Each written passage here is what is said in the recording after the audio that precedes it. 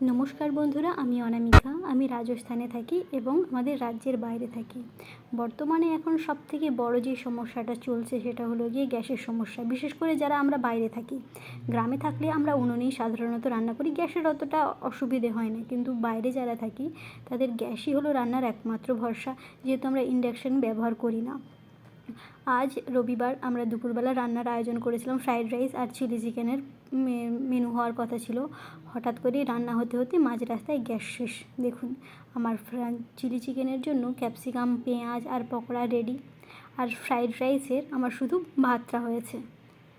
দেখুন, শুধু ভাতটাই হয়েছে, আর কিছুই হয়নি। শুধু অন আছে কিন্তু গ্যাস জ্বলছে না, মানে আমার গ্যাস একদম শেষ হয়ে গেছে। এই মাঝপথে, রান্নার মাঝপথে গ্যাস শেষ হলেই আমি এই ভয়টাই পাচ্ছিলাম যে গ্যাস শেষ হয়ে গেলে রান্না করতে করতে তখন কী হবে, এই ভয়টাই পাচ্ছিলাম। দেখুন, তাই হলো। কোনো রকম এখন 3-4 বাজে, কোনো রকমই কোনো গ্যাসের খবর পাওয়া যায়নি। অনেক জায়গায় গিয়েছি কিন্তু কেউ গ্যাস সিলিন্ডার দিতে পারেনি। বাধ্য হয়ে দুপুরের রান্নাটা পাশের একজনের গ্যাস থেকে রান্নাটা কমপ্লিট করলাম। বলেছি যে সন্ধ্যাবেলা একটা উনুন কিনে আনতে, যেহেতু গ্রামের মেয়ে আমরা, উনুনে রান্না করার আমার অভ্যেস আছে। তাই বিকেলবেলা সন্ধ্যের দিক করে গিয়ে দেখুন উনুন কিনে এনেছে।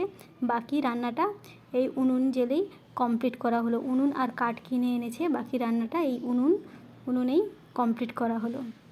কারা কারা এই সমস্যার সম্মুখীন হয়েছো প্লিজ সবাই কমেন্ট করে জানিও। ধন্যবাদ।